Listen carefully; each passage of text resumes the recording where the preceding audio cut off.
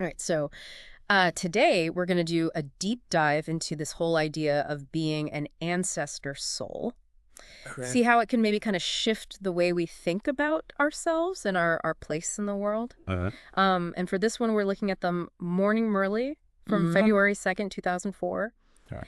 And just real quick, for anyone who's new to this, the Morning Merle, it's basically a daily spiritual message for folks who follow the Brahma Kumaris. It's more than just like a pep talk, though, Oh, yeah. would you say? Yeah. I mean, this particular Merle really digs into some pretty deep ideas about spiritual identity and service. It really does. Yeah. And it uses such like vivid imagery to do it. Like that whole Kalpa tree analogy, it's described as this mythical tree that like symbolizes all of creation, right? Exactly. That's all of it. Yeah, and the Merle says that ancestor souls are like the roots and the trunk of this tree. Okay. And they're the ones providing Sakash, which is this like vital spiritual energy, this life force Yeah. that sustains all souls, all the other souls that are like represented by the branches and the twigs and the leaves. So it's like we're all connected, all nourished by this same energy source, but the ancestor souls are like the conduits. Yes. They're the ones drawing that energy from a higher power. Yeah, they call it the Father. Okay. And they're channeling it out to everyone else. So that's a big responsibility. Huge, yeah. And that's where this whole concept of duty comes in, right? I hate that. It's not just about receiving this energy. It's about having a responsibility to sustain and uplift all souls, especially when things are tough. Yes, during times of hardship. It's like the Merle even compares these ancestor souls to the police and military, always on high alert during a crisis. Exactly. I can feel that sense of urgency. Yeah. But how does that actually play out in the real world, I mean, if everyone's calling out for help, how can one's soul actually make a difference? Well, that's where soul consciousness comes in. Okay. And the Merle makes it clear that it's not just about like sending good vibes out there into the void. It's about developing a constant awareness of yourself as a soul. As a soul. As this pure eternal being. Right. And then extending that same awareness to others. So you're not getting caught up in someone's personality or the things they do. You're really trying to see the essence of their soul. Exactly. You're recognizing the inherent goodness within every soul, regardless of any negative trace. Seeing beyond the surface and recognizing the potential for transformation. Yes. Okay, but how do you actually do that? Right. Seeing someone as a soul, that feels kind of abstract, It does take practice. Yeah. But the Merle offers some really specific ways to cultivate this soul-conscious vision. Okay. And one of them is through service. Okay, I'm listening. They break it down into 3 forms of service. 3 forms. The Merle talks about service through thoughts, words, and actions.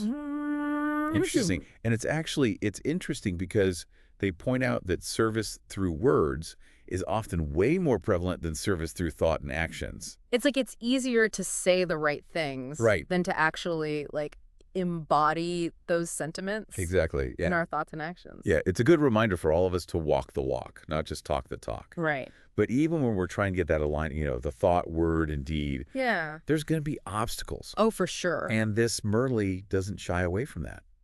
Okay, this is where it gets interesting. Yeah. What are the obstacles? So they use these terms, parchintan, pardarshan, and then parmat parsang. Okay, those definitely need some unpacking. Yeah, so parchintan is basically thinking about others in a negative or judgmental way. Okay. Kind of dwelling on their flaws. Got it. Pardarshan is very similar. It's focusing on the faults instead of the virtues.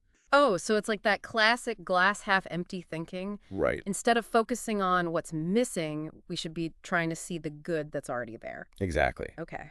And then parma parsang is all about the influence of your environment. It's about avoiding what they call bad company. So people or things that kind of pull you away from your spiritual goals. Exactly. That makes sense. I mean, you're more likely to stay positive if you're around people who lift you up. Right. So how do we actually overcome these obstacles? Well, the Merle suggests cultivating positive thoughts, maintaining that soul-conscious vision that we talked about, and seeking out uplifting company. So it's about creating a supportive environment, both internally and externally, like setting yourself up for success on this spiritual journey. But even when you do all that, you're still going to have challenges. Right. And that's where the Merle introduces this incredibly simple but powerful act of service. You're talking about blessings.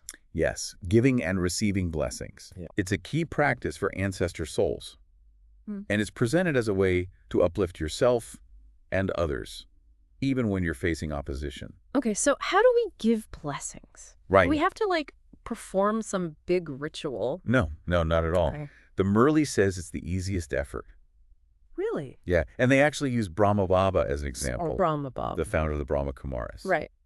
He faced a ton of opposition, but he constantly gave blessings Okay. and ultimately achieved a high spiritual status. So it's about cultivating this energy of blessings within yourself and then radiating it outwards. Yes. But what happens when you're faced with resistance or negativity? Well, the Murli acknowledges that there will be opposition. Yeah. It's inevitable. Right. But they encourage us to maintain that attitude of giving blessings. Even when people aren't receptive. Yeah. Wow, that takes a lot of like courage and inner strength. It does. Yeah. But they also say that even when others don't, when others aren't receptive, Yeah. if we maintain that giving attitude, we actually get extra help and support. So it's like the universe is on our side. Exactly. If we're committed to giving blessings, it's helping us out. Exactly. But it hinges on that unwavering commitment Okay.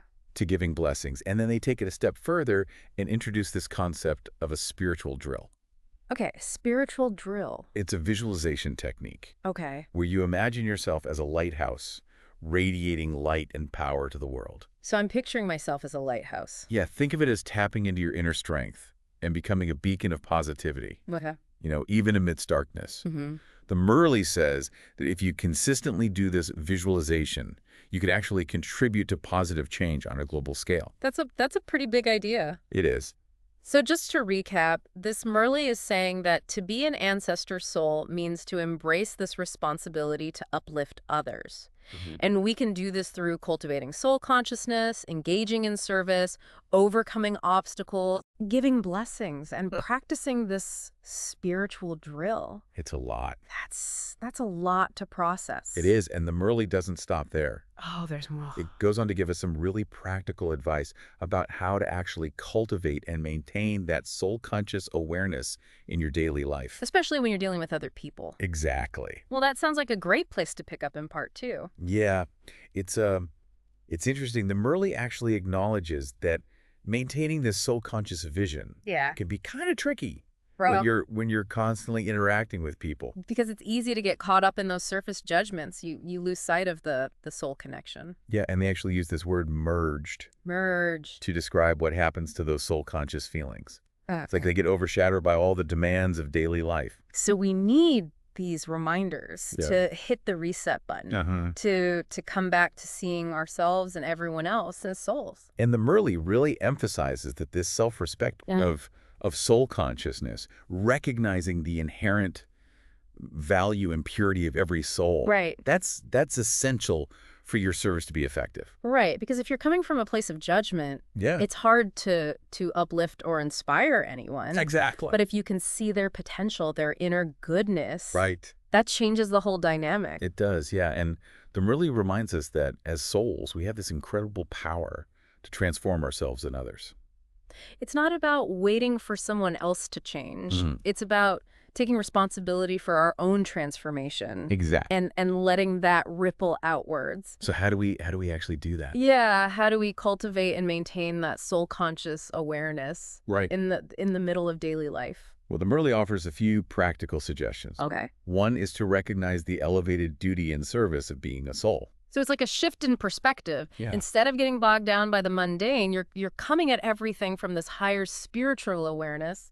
Exactly. And they offer this simple practice to embody that giving and receiving blessings. Oh, yeah. We touched on this earlier. We did. I'm ready for a deeper dive. Okay. So the Murli suggests that giving blessings is the easiest effort of all. Really? And remember, you don't need to be physically present with someone. Right. To give them a blessing. Right. You were saying earlier we can give blessings with our drishti.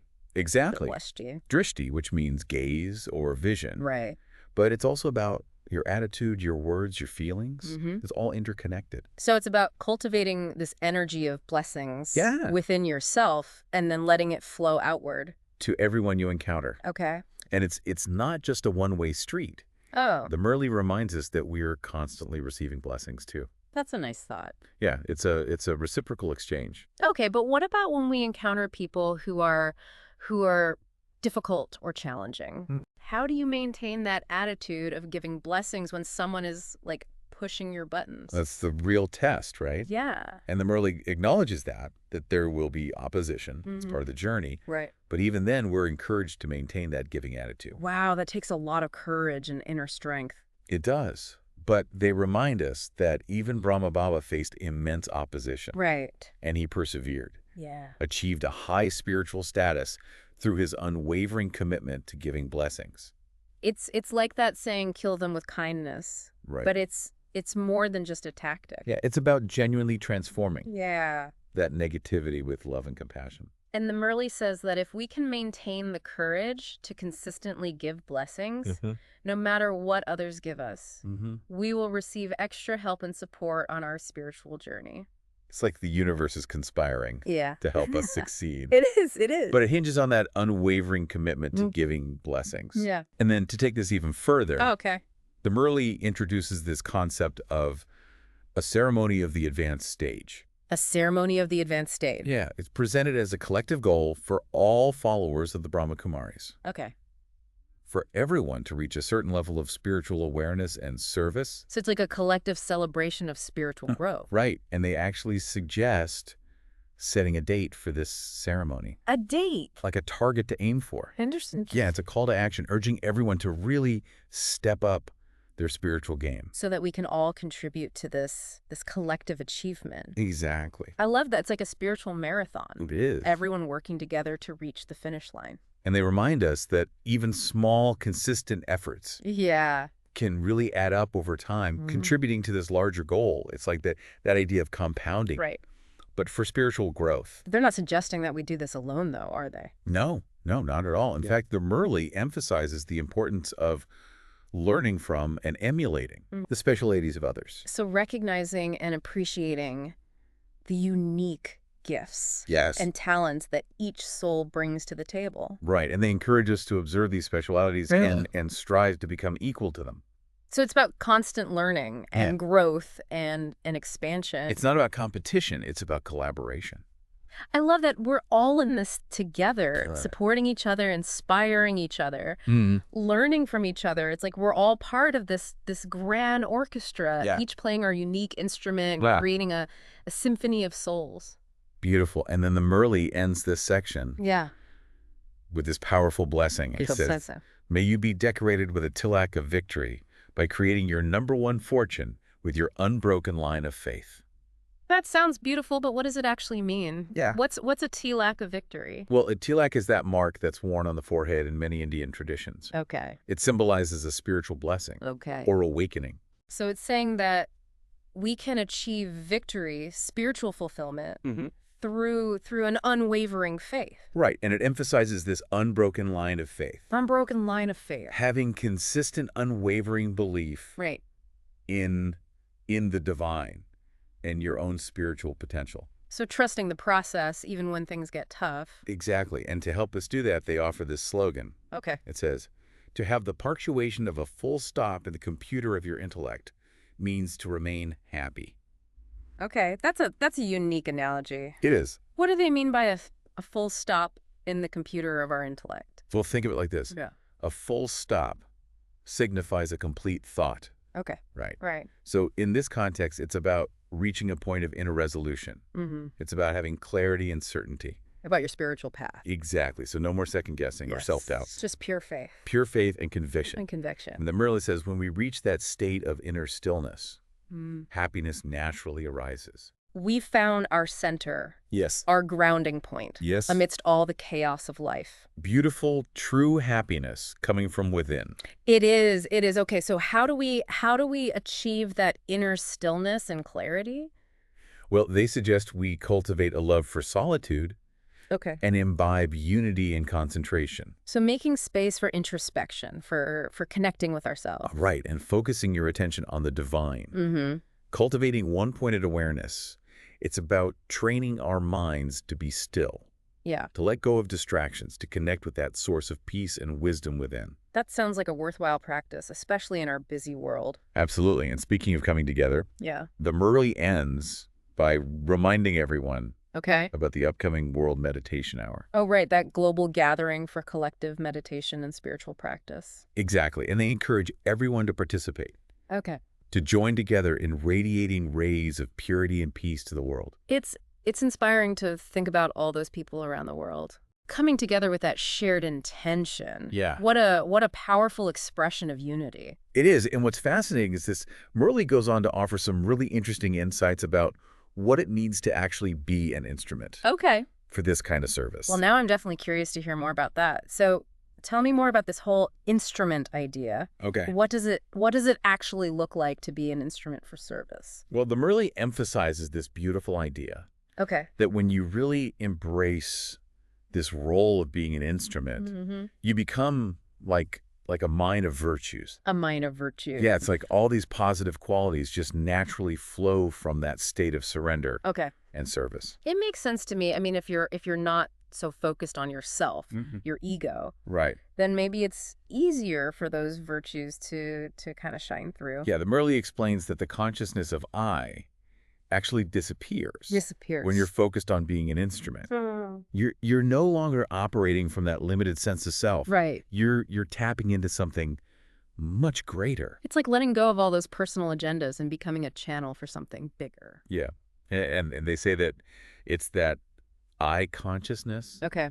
that often causes a lot of the upheaval and the suffering. Because we get so caught up in our own desires and attachments. Exactly. It creates separation and conflict. But when we shift to this awareness of being an instrument, it's like we're aligning ourselves with a higher purpose, Right. a more harmonious way of being. It's like all those things that we're striving for. Yeah. The service, the connection, the transformation. It just flows more naturally. Yeah. It feels From like that place of surrender. beautiful shift. And the Murley suggests that it also dissolves the consciousness of mine. Okay. Everything becomes yours. Yours. Yours. It's complete surrender Wow. and dedication to the divine. It's a beautiful way to put it. It's like releasing that need to control or possess. Yeah. And instead just embracing this flow of divine energy Yeah. and guidance. And then they go on to encourage us Mm-hmm. to learn from and emulate the specialities of others. Oh, yeah. Yeah, we were talking about that earlier. We were. Recognizing the unique gifts and talents that each soul brings Yes. to the table. And the Murley urges us to not only observe these specialities, Okay. but to actually strive to become equal to them. Equal. It's about constant learning and growth and expansion. So it's not a competition. It's more like a collaborative effort. Exactly. We're all in this together, supporting each other, inspiring each other, We are. learning from each other. Like Yeah. we're all part of this grand orchestra, Beautiful image. each playing our own unique instrument, Yeah. creating a symphony of souls. And to close this Murley out, Yeah. they offer this final blessing and slogan. Okay. It says, "May you be decorated with a tilak of victory by creating your #1 fortune with your unbroken line of faith." Powerful, powerful words. So just to be clear, this tilak of victory, it's symbolic. Yes, remember, a tilak is that mark that's worn on the forehead, Right. representing spiritual awakening or blessing. Okay.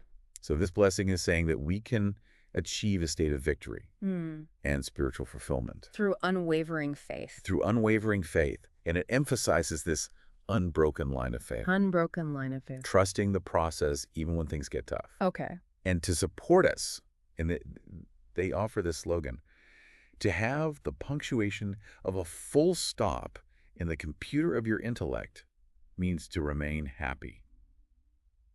That's a mouthful. Help me out. What do they mean by a full stop in the computer of our intellect? Think of it like this. Yeah. A full stop represents a complete thought, Okay. a point of resolution. So in this context, it's about silencing all the doubts and questions Exact. that can cloud our minds. Reaching a place of inner stillness and certainty about your spiritual path. So it's like achieving that unwavering faith we were just talking about. Yes. When we reach that point of inner knowing, Yeah. of complete trust, happiness just naturally arises. Beautifully said. And they offer some guidance on how to cultivate this inner stillness, Okay. they say. Have love for solitude and imbibe unity and concentration. So creating space for introspection, connecting with that quiet place inside. Right. And then focusing our attention on the divine. Yeah. cultivating that one-pointed awareness. It's like we're training our minds to let go To let go. of distractions and tap into that deeper source of peace and wisdom. That sounds like a worthwhile practice, It is. especially in our busy And world. then, as a final reminder, Okay. Murley mentions the upcoming World Meditation Hour. Oh, right, that global gathering. Exactly. Meditation. And spiritual practice. Yep. And they encourage everyone to participate, Okay. to join together in radiating those rays of purity and peace To the world. to the world. It's powerful to think about all those people around the world It is. coming together, meditating, sending out those good vibes. It really highlights our interconnectedness and that potential Yeah. for collective transformation. Wow, what an incredible deep dive. It was. We covered so much, this idea of being an ancestor soul, cultivating soul consciousness, the power of blessings, overcoming obstacles, and the importance of collective spiritual practice. Yeah. It's given me a lot to think about. It's a rich tapestry of spiritual wisdom. It is. And I think the most important takeaway is this invitation to really embody these principles in our daily lives, to become beacons of light and love, Yeah. each in our own unique way. So as we wrap up this deep dive, we'll leave you with this final thought. What does it mean to you to be an ancestor soul?